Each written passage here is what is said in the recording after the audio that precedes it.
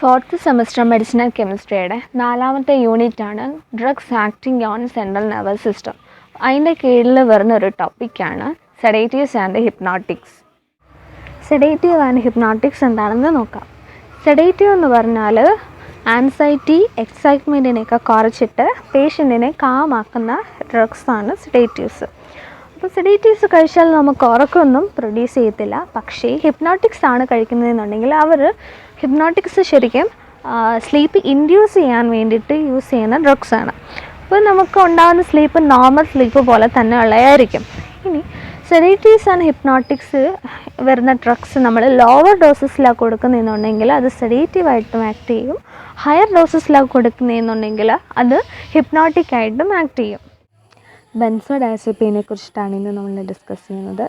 ബെൻസോഡായസെപ്പീൻ്റെ SAR Chlordiazepoxide, Diazepam, Oxazepam, Chlorazepate, Lorazepam, Alprazolam, Zolpidem ഇതിൻ്റെയൊക്കെ സ്ട്രക്ചറും യൂസും പറയുന്നുണ്ട്. അതുപോലെ ഡയസെപ്പാമിൻ്റെ സിന്തസിസും പറയുന്നുണ്ട്. ബെൻസോഡായസെപ്പീൻ്റെ ജനറൽ സ്ട്രക്ചർ എങ്ങനെയാണെന്ന് നോക്കാം. ആ പേര് കേൾക്കുമ്പോഴേ അറിയാം, ഇതിനകത്തൊരു ബെൻസീൻ റിങ്ങും ഉണ്ട്, ഒരു ഡയസെപ്പീൻ റിങ്ങും ഉണ്ട്. അസെപ്പീൻ എന്ന് പറഞ്ഞാൽ നൈട്രജൻ കണ്ടെയ്നിങ് 7 മെമ്പേർഡ് റിങ്ങിനെ പറയുന്ന പേരാണ് അസെപ്പീൻ. ഡൈ അസ എന്നാണ് ഈ കോമ്പൗണ്ടിൻ്റെ പേര്. അപ്പോൾ 2 നൈട്രജൻ ആറ്റം ഇതിനകത്ത് പ്രസൻ്റ് ആയിട്ടുണ്ട്. അതുപോലെ തന്നെ ഈ കോമ്പൗണ്ട് അൺസാച്ചുറേറ്റഡ് ആണ്. സോ അതിൻ്റെ 4-5 പൊസിഷനിലൊരു ഡബിൾ ബോണ്ട് പ്രസൻ്റ് ആയിട്ടുണ്ട്. 5th പൊസിഷനിലൊരു ഫിനൈൽ സബ്സ്റ്റിറ്റ്യൂഷനും കൂടെ വരുന്നുണ്ട്. അങ്ങനെ ആകുമ്പോഴാണ് ഈ ഒരു ബെൻസോഡായസെപ്പീൻ്റെ ജനറൽ സ്ട്രക്ചർ കംപ്ലീറ്റ് ആവുന്നത്. പിന്നെ ഇതിനകത്ത് കുറേ സബ്സ്റ്റിറ്റ്യൂവൻസ് വരുന്നുണ്ട്, അത് കാണിച്ചിട്ടുണ്ട്. ഓരോ സബ്സ്റ്റിറ്റ്യൂവൻസ് വരുമ്പോഴത്തേക്കും നമുക്ക് ഓരോ കോമ്പൗണ്ട് കിട്ടും. ഇനി നമുക്ക് ബെൻസോഡായസെപ്പീൻ നമ്മുടെ ബോഡിയിൽ എങ്ങനെയാണ് ആക്ട് ചെയ്യുന്നത്, അതെങ്ങനെയാണ് ഈ സെഡേറ്റീവ് ആൻഡ് ഹിപ്നോട്ടിക് എഫക്റ്റ് കൊണ്ടുവരുന്നത് നോക്കാം. നമ്മുടെ സെൻട്രൽ നെർവസ് സിസ്റ്റത്തിൽ ഗാബ എന്ന് പറയുന്ന ഒരാളുണ്ട്, ഗാമ അമിനോ ബ്യൂട്രിക് ആസിഡ്. അപ്പോൾ ഈ ഗാബയിൽ ചെന്ന് ബൈൻഡ് ചെയ്തിട്ടാണ് സെഡേറ്റീവ് ആൻഡ് ഹിപ്നോട്ടിക് എഫക്റ്റ് ഉണ്ടാക്കുന്നത്. ഗാബയാണ് ക്ലോറൈഡ് അയോൺ ചാനലിനെ കൺട്രോൾ ചെയ്യുന്നത്. ഗാബ ഒരു ഇൻഹിബിറ്ററി ന്യൂറോ ട്രാൻസ്മിറ്ററാണ്. 5 സബ് യൂണിറ്റ് ചേർത്തിട്ടാണ് ഗാബ ഉണ്ടാക്കിയേക്കുന്നത്. 2 ആൽഫ സബ് യൂണിറ്റ് ഉണ്ട്, 2 ബീറ്റ സബ് യൂണിറ്റ് ഉണ്ട്, ഒരു ഗാമ സബ് യൂണിറ്റ് ഉണ്ട്. അപ്പോൾ ഈ 5 പേരും കൂടെ 5 സബ് യൂണിറ്റും കൂടെ ഒരു റിങ് പോലെ ഫോം ചെയ്യും. അതിൻ്റെ നടുക്കാണ് ഈ ചാനൽ വരുന്നത്. ആ ചാനലിനുള്ളിൽ കൂടാണ് ക്ലോറൈഡ് അയോൺ മൂവ് ചെയ്യുന്നത്. അപ്പോൾ നമ്മുടെ ഈ ബെൻസോഡായസെപ്പീൻ 2 സബ് യൂണിറ്റിൻ്റെ ഇൻ്റർഫേസിൽ വന്ന് ബൈൻഡ് ചെയ്യും. അതായത് ഒരു ആൽഫ സബ് യൂണിറ്റിൻ്റെയും ഗാമ സബ് യൂണിറ്റിൻ്റെയും ഇൻ്റർഫേസിൽ വന്നിട്ട് ബൈൻഡ് ചെയ്യും. അങ്ങനെ ബൈൻഡ് ചെയ്യുമ്പോഴത്തേക്കും ഗാബ റിസപ്റ്ററിന് ഒരു കൺഫർമേഷണൽ ചേഞ്ച് സംഭവിക്കും. അങ്ങനെ ചേഞ്ച് സംഭവിക്കുമ്പോഴത്തേക്ക് ക്ലോറൈഡ് അയോൺ സെല്ലിനുള്ളിലോട്ട് ഇങ്ങനെ കൂടുതലായിട്ട് എൻ്റർ ചെയ്യും. അപ്പോൾ ഇങ്ങനെ സംഭവിക്കുമ്പോഴത്തേക്കും ഒരു ഹൈപ്പർ പോളറൈസേഷൻ സംഭവിക്കുക. അതായത് സെല്ലിനുള്ളിൽ കുറേ നെഗറ്റീവ് ചാർജ് വന്നല്ലോ, അപ്പോഴത്തേക്കും ഹൈപ്പർ പോളറൈസേഷൻ സംഭവിക്കും. ആക്ഷൻ പൊട്ടൻഷ്യലിന് ഒരു ഇൻഹിബിഷൻ സംഭവിക്കും. അതായത് CNS ഡിപ്രസൻ്റ് ആക്ടിവിറ്റിയാണ് അവിടെ കൊണ്ടുവരുന്നത്. അതാണ് ഇതിൻ്റെ മെക്കാനിസം ഓഫ് ആക്ഷൻ എന്ന് പറയുന്നത്. ബെൻസോഡായസെപ്പീൻ്റെ സ്ട്രക്ചറൽ ആക്ടിവിറ്റി റിലേഷൻഷിപ്പ് എങ്ങനെയാണെന്ന് നോക്കാം. അതിനായിട്ട് ബെൻസോഡായസെപ്പീനെ നമ്മൾ 3 റിങ് ആയിട്ട് കൺസിഡർ ചെയ്യണം. ഒന്ന് ring A, ring B, ring C. അപ്പോൾ റിങ് എക്കകത്ത് എന്തൊക്കെ സബ്സ്റ്റിറ്റ്യൂഷൻസാണ് വരുന്നതെന്ന് നോക്കാം. റിങ് എയുടെ 7th പൊസിഷനിൽ ഇലക്ട്രോനെഗറ്റീവ് ആയിട്ടുള്ള ആറ്റംസ് ആണ് വരുന്നതെന്നുണ്ടെങ്കിൽ, അതായത് ക്ലോറിൻ പോലെയോ നൈട്രോ ഗ്രൂപ്പ് പോലെയുള്ള ആൾക്കാരാണ് വരുന്നതെന്നുണ്ടെങ്കിൽ അവിടുത്തെ ആക്ടിവിറ്റിക്ക് നല്ലതാണ്. എക്സാമ്പിൾ ഡയസെപ്പാം, നൈട്രസെപ്പാം പോലുള്ളവർ. ഡയസെപ്പാമിനകത്ത് ക്ലോറിൻ ഗ്രൂപ്പാണ് വരുന്നത്, നൈട്രസെപ്പാമിനകത്ത് NO2 ഗ്രൂപ്പാണ് വരുന്നത്. ഇനി 6, 8, 9 പൊസിഷനിൽ എന്തെങ്കിലും സബ്സ്റ്റിറ്റ്യൂവൻസ് വരുവാണെങ്കിൽ അവിടുത്തെ ആക്ടിവിറ്റി കുറയുന്നു. ഇതാണ് റിങ് എയുടെ സബ്സ്റ്റിറ്റ്യൂഷനെ കുറിച്ചും മോഡിഫിക്കേഷനെ കുറിച്ച് പറയുന്നത്. ഇനി അടുത്തത് റിങ് ബിയിലോട്ട് പോകാം. റിങ് ബിയിൽ N1 പൊസിഷനിൽ സ്മാളർ ഗ്രൂപ്പ്സ് ആയിട്ടുള്ള CH3, അതായത് മീഥൈൽ ഗ്രൂപ്പോ ഈഥൈൽ ഗ്രൂപ്പോ വരുവാണെന്നുണ്ടെങ്കിൽ അവരുടെ ആക്ടിവിറ്റിക്ക് നല്ലതാണ്. ഫോർ എക്സാമ്പിൾ പറയുകയാണെങ്കിൽ ഡയസെപ്പാമിനകത്ത് മീഥൈൽ ഗ്രൂപ്പാണ് വരുന്നത്. 2nd പൊസിഷനിലൊരു കാർബണൈൽ ഗ്രൂപ്പാണുള്ളത് അല്ലേ. അപ്പോൾ ഈ കാർബണൈൽ ഗ്രൂപ്പിന് റിഡക്ഷൻ സംഭവിച്ചിട്ട് ഹൈഡ്രജൻ എങ്ങാണമായിരുന്നു കയറി വന്നിരുന്നെങ്കിൽ ആ ഒരു കോമ്പൗണ്ട് ലെസ് എഫക്റ്റീവ് ആയതിന്. അതിന് എക്സാമ്പിളാണ് മെഡസിപ്പാം. അടുത്തത് നമുക്ക് R3 സബ്സ്റ്റിറ്റ്യൂവൻസിനെ കുറിച്ചിട്ട് നോക്കാം. R3 ആൽക്കൈൽ ഗ്രൂപ്പാണ് ഉള്ളതെങ്കിൽ വന്നിരുന്നതെങ്കിൽ അവിടുത്തെ ആക്ടിവിറ്റി കുറഞ്ഞേനെ. പകരം OH ഗ്രൂപ്പാണ് വന്നതെങ്കിൽ അവിടുത്തെ ആക്ടിവിറ്റി കൂടും. അപ്പോൾ OH ഗ്രൂപ്പ് വരുന്ന കോമ്പൗണ്ടിന് എക്സാമ്പിളാണ് ഓക്സസെപ്പാം, ലോറസെപ്പാം പോലുള്ളവർ. ഇനി 4നും 5നും ഇടയ്ക്ക് ഒരു ഡബിൾ ബോണ്ട് ഉണ്ട് അല്ലേ? അപ്പോൾ ഈ ഒരു ഡബിൾ ബോണ്ട് 3നും 4നും ഇടയ്ക്ക് ഷിഫ്റ്റ് ചെയ്യുമായിരുന്നുണ്ടെങ്കിൽ ആ ഒരു കോമ്പൗണ്ടിൻ്റെ എഫക്റ്റീവ്നെസ് കുറഞ്ഞേനെ. അതുപോലെ തന്നെ ഈ ഡബിൾ ബോണ്ടിന് സാച്ചുറേഷൻ സംഭവിക്കുമായിരുന്നുണ്ടെങ്കിൽ കോമ്പൗണ്ടിൻ്റെ പൊട്ടൻസി കുറഞ്ഞേനെ. ഇനി അടുത്തത്, ഈ കോമ്പൗണ്ടിന് ബെൻസോഡയസപ്പീൻ്റെ 5th പൊസിഷനിൽ ഒരു ഫിനൈൽ സബ്സ്റ്റിറ്റ്യൂഷൻ ഉണ്ട് അല്ലേ? അപ്പോൾ ഈ ഫിനൈൽ സബ്സ്റ്റിറ്റ്യൂഷൻ ഇതിൻ്റെ ആക്ടിവിറ്റിയെ കൂട്ടുന്നുണ്ട്. അടുത്ത് നമുക്ക് റിംഗ് സിയുടെ സബ്സ്റ്റിറ്റ്യൂഷനെ കുറിച്ച് നോക്കാം. റിംഗ് സിയുടെ ഓർത്തോ പൊസിഷനിൽ അല്ലെങ്കിൽ ഡൈ ഓർത്തോ പൊസിഷനിൽ ഇലക്ട്രോനെഗറ്റീവ് സബ്സ്റ്റിറ്റ്യൂവൻ്റ് ആണ് വരുന്നതെങ്കിൽ, അതായത് ക്ലോറിൻ പോലെയോ ഫ്ലോറിൻ പോലെയോ ഉള്ള സബ്സ്റ്റിറ്റ്യൂവൻ്റ് ആണ് വരുന്നതെന്നുണ്ടെങ്കിൽ അവിടുത്തെ ആക്ടിവിറ്റി കൂടുന്നു. എക്സാമ്പിൾ ലോറസെപ്പാം, ക്ലോണസെപ്പാം.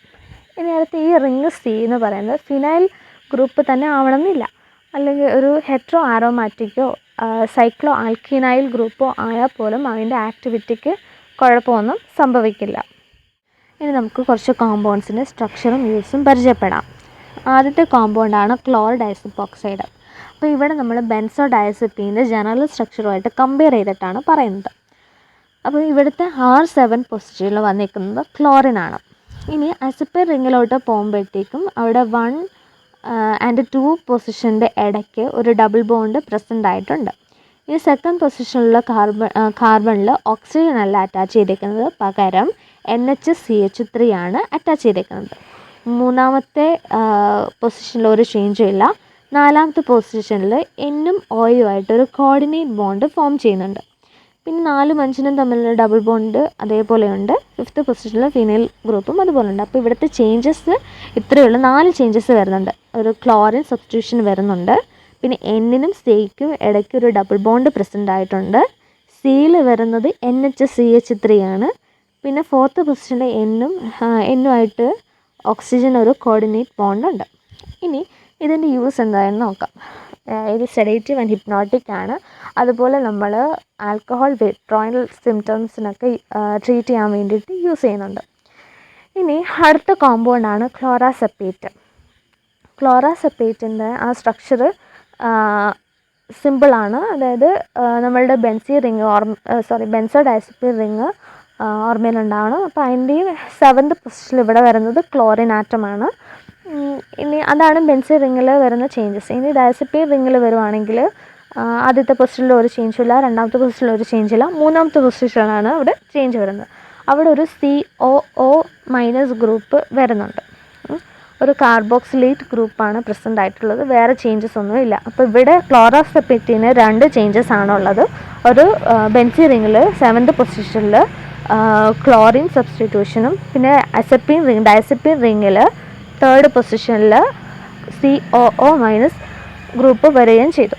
ഇനി ഇതിൻ്റെ യൂസ് എന്താണെന്ന് വെച്ചാൽ, നമ്മളിത് സെഡേറ്റീവ് ഹിപ്നോട്ടിക്കിൽ യൂസ് ചെയ്യും. അതുപോലെ ആൻസൈറ്റി, ആൽക്കഹോൾ വിത്ഡ്രോവൽ സിംറ്റംസിനൊക്കെ ഒരു റിലീവ് കിട്ടാൻ വേണ്ടിയിട്ടും യൂസ് ചെയ്യും. പിന്നെ പാർഷ്യൽ സീഷർ പോലുള്ള ഡിസീസിന് നമ്മൾ ഇത് യൂസ് ചെയ്യാറുണ്ട്. അടുത്ത കോമ്പൗണ്ടാണ് ഡയസെപ്പാം. ഡയസെപ്പാമിൽ 2 ചേഞ്ചസ് വരുന്നുള്ളൂ. ഒന്നാമത്തെയാണ് R7ൽ ക്ലോറിനാണ് സബ്സ്റ്റിറ്റ്യൂവൻ്റ് ആയിട്ട് വരുന്നത്. രണ്ടാമത്തെ ചേഞ്ചാണ് അസപ്പീൻ റിങ്ങിനകത്ത് N1ൽ മീഥൈൽ ഗ്രൂപ്പാണ് സബ്സ്റ്റിറ്റ്യൂവൻ്റ് ആയിട്ട് വരുന്നത്. അപ്പോൾ R7ൽ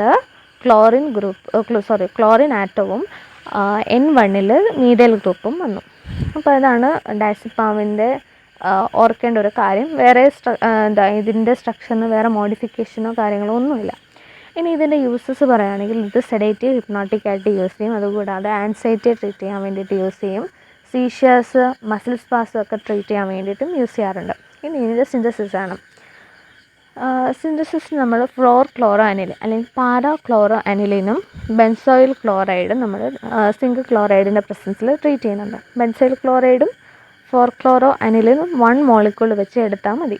അപ്പോൾ 4-ക്ലോറോ അനിലിൻ്റെ NH2 എഴുതിയേക്കുന്ന കണ്ടില്ലേ, അതിൻ്റെ ഓർത്തോ പൊസിഷനിൽ നിന്ന് ഒരു Hഉം ബെൻസോയിൽ ക്ലോറൈഡിൻ്റെ Clഉം HCl ആയിട്ട് റിമൂവ് ചെയ്യും. അപ്പോൾ അങ്ങനെ റിമൂവ് ചെയ്യുമ്പോൾ നമുക്കൊരു ആ കോമ്പൗണ്ട് ഇങ്ങനെ ജോയിൻ ചെയ്ത് വരയ്ക്കാൻ പറ്റും. ആ ഒരു കോമ്പൗണ്ടാണ് 2-amino-5-chloro-benzophenone. അപ്പോൾ ആ കോമ്പൗണ്ടും, അതായത് ആ ഒരു പ്രോഡക്റ്റും ഈഥൈൽ ഗ്ലൈസിൻ ഹൈഡ്രോക്ലോറൈഡും പിരിഡിൻ്റെ പ്രസൻസിൽ വെച്ച് നമ്മൾ ട്രീറ്റ് ചെയ്യുന്നു. ട്രീറ്റ് ചെയ്യുമ്പോഴത്തേക്ക് നമുക്ക് ഡെസ്മീഥൈൽഡയസെപാം കിട്ടും. ഈ ഡെസ്മീഥൈൽഡയസെപാമിന് N1 CH3 ഇല്ല. അപ്പോൾ CH3 കൊടുക്കാൻ വേണ്ടിയിട്ട് നമ്മൾ മെഥിലേഷൻ നടത്തും. മെഥിലേഷൻ നടത്തുന്നത് ഡൈമീഥൈൽ സൾഫേറ്റ് വെച്ചിട്ടാണ്. CH3 ട്വൈസ് SO4 വെച്ചിട്ടാണ് മെഥിലേഷൻ നടത്തുന്നത്. അപ്പോൾ നമുക്ക് എന്ത് കിട്ടി? ഡയസെപാം കിട്ടി. അതാണ് ഇതിൻ്റെ സിന്തസിസ്. സിന്തസിസ് ഒന്നുകൂടെ പറയാം. 4-ക്ലോറോ അനിലിനും ബെൻസോയിൽ ക്ലോറൈഡും സിങ്ക് ക്ലോറൈഡിൻ്റെ പ്രസൻസിൽ ട്രീറ്റ് ചെയ്യുന്നു. അപ്പം അവിടെ നിന്നൊരു HCl റിമൂവ് ചെയ്തിട്ട് എലിമിനേറ്റ് ആയിട്ട് 2-amino-5-chlorobenzophenone കിട്ടുന്നു. അതും ഈഥൈൽ ഗ്ലൈസിൻ ഹൈഡ്രോക്ലോറൈഡും പിരിഡിൻ്റെ പ്രസൻസിൽ ട്രീറ്റ് ചെയ്യുന്നു. അപ്പം നമുക്ക് ഡെസ്മീഥൈൽഡയസെപാം കിട്ടും. ആ ഡെസ്മീഥൈൽഡയസെപാമിനെ നമ്മൾ ഡൈമീഥൈൽ സൾഫേറ്റ് വെച്ച് ട്രീറ്റ് ചെയ്യുമ്പോഴത്തേക്കും ഡയസെപാം കിട്ടും. അടുത്ത കോമ്പൗണ്ടാണ് ഓക്സസെപ്പാം. ഓക്സസെപ്പാമിൽ 2 ചേഞ്ചസാണ് വരുന്നത്. R7-ലും R3-ലും. R7-ൽ ഒരു ക്ലോറിൻ ആറ്റവും പിന്നെ R3-ൽ ഒരു ഹൈഡ്രോക്സിൽ ഗ്രൂപ്പും കൂടെ വരുന്നു. അല്ലാതെ ബെൻസോഡയസെപ്പീൻ്റെ സ്ട്രക്ചറിൽ വേറെ ചേഞ്ചസ് ഒന്നുമില്ല. അപ്പോൾ ഈ 2 ഗ്രൂപ്പ് വരുന്നുണ്ടെന്നേ ഉള്ളൂ. ഒരു ക്ലോറിൻ ആറ്റവും അറ്റ് R7-ലും പിന്നെ ഹൈഡ്രോക്സിൽ ഗ്രൂപ്പ് അറ്റ് R3-ലും. ഇതിൻ്റെ യൂസ് സെഡേറ്റീവ് ഹിപ്നോട്ടിക് ആയിട്ട് യൂസ് ചെയ്യുന്നു. ആൻസൈറ്റി ഡിസോർഡറിന് ട്രീറ്റ് ചെയ്യാൻ വേണ്ടിയിട്ട് കൊടുക്കാറുണ്ട്. പിന്നെ അതുപോലെ ആൽക്കഹോൾ വിത്ഡ്രോവൽ സിംറ്റംസിനെ കൺട്രോൾ ചെയ്യാനും യൂസ് ചെയ്യാറുണ്ട്. അടുത്ത കോമ്പൗണ്ടാണ് ലോറസെപ്പാം. ലോറസെപ്പാമും ഓക്സസെപ്പാമും പഠിക്കാൻ എളുപ്പമാണ്. ലോറസെപ്പാമിനകത്ത് ഒരു ക്ലോറിൻ ആറ്റം അഡീഷണൽ ആയിട്ടുണ്ടെന്നേ ഉള്ളൂ. ഈ ക്ലോറിൻ ആറ്റം വന്നിരിക്കുന്നത് ഫിനൈൽ ഗ്രൂപ്പിലാണ്. അപ്പോൾ ഈ ഫിനൈൽ ഗ്രൂപ്പിൻ്റെ ഓർത്തോ പൊസിഷനിൽ ഒരു ക്ലോറിൻ ആറ്റം പ്രസൻ്റ് ആയിട്ടുണ്ട്. പിന്നെ R7 പൊസിഷനിൽ ക്ലോറിൻ ആറ്റം ഉണ്ട്. R3 പൊസിഷനിൽ OH ഉണ്ട്. അപ്പോൾ ഇവിടെ 3 ചേഞ്ചസാണ് ലോറസെപ്പാമിന് വന്നിരിക്കുന്നത്. ഓക്കെ, ഒന്നുകൂടെ പറയാം. ലോറസെപ്പാമിനകത്ത് R7 പൊസിഷനിലൊരു ക്ലോറിൻ ആറ്റം ഉണ്ട്. R3-ൽ ഒരു OH ഗ്രൂപ്പുണ്ട്. പിന്നെ R2' ഒരു ഒരു Cl ഗ്രൂപ്പും ഉണ്ട്. ഇനി ഇതിൻ്റെ യൂസസ് എന്താണെന്ന് വെച്ചാൽ നമ്മൾ ഹിപ്നോട്ടിക് ആയിട്ട് യൂസ് ചെയ്യാറുണ്ട്. ആൻറ്റി കൺവൾസൻ്റ് ആയിട്ടും യൂസ് ചെയ്യാറുണ്ട്. അടുത്ത കോമ്പൗണ്ടാണ് അൽപ്രസോളം. അൽപ്രസോളം എന്ന് പറയുന്നത് 4 റിങ് ഉള്ളൊരു കോമ്പൗണ്ടാണ്. 4ാമത്തെ റിങ് വന്നിരിക്കുന്നത് ട്രൈസോൾ റിങ്ങാണ്. അതായത് 3 നൈട്രജൻ ആറ്റം ഉള്ളൊരു റിങ്ങാണ്. അപ്പോൾ ഈ ട്രൈസോൾ റിങ്ങാണ് അൽപ്രസോളാമിനെ കുറച്ച് പൊട്ടൻ്റ് ആക്കുന്നത്. ഇതിൻ്റെ സ്ട്രക്ചറിലോട്ട് വരുവാണെങ്കിൽ R7 പൊസിഷനിൽ ഒരു ക്ലോറിൻ ആറ്റം ഉണ്ട്. പിന്നെ ഒരു ട്രൈസോൾ റിങ് N-ലും C-ലും ആയിട്ട്, അതായത് ഫസ്റ്റ് നൈട്രജനിലും സെക്കൻഡ് കാർബണിലുമായിട്ട് കണ്ടൻസ് ചെയ്ത് കിടക്കുകയാണ്. ഇതിൻ്റെ യൂസ് എന്താണെന്ന് വെച്ചാൽ ആൻസൈറ്റി ഡിസോർഡേഴ്സിനെ ട്രീറ്റ് ചെയ്യാൻ വേണ്ടിയിട്ട് യൂസ് ചെയ്യാറുണ്ട്. സെഡേറ്റീവ് ആണ്, ഹിപ്നോട്ടിക് ആണ്, ആൻറ്റി കൺവൾസൻ്റ് ആണ്, ആൻറ്റി ഡിപ്രസൻ്റ് ആണ്, സ്കെൽറ്റൽ മസിൽ റിലാക്സൻറ്റുമാണ്. അടുത്ത കോമ്പൗണ്ടാണ് സോൾപിഡം. സോൾപിഡം നമ്മുടെ ബെൻസോഡയസെപ്പിൻ പോലെയല്ല. അതിൻ്റെ ആ ഒരു സ്ട്രക്ചറുമായിട്ട് യാതൊരു ബന്ധവുമില്ല. ഇതൊരു ഇമിഡസോൾ ഡെറിവേറ്റീവ് ആണ്.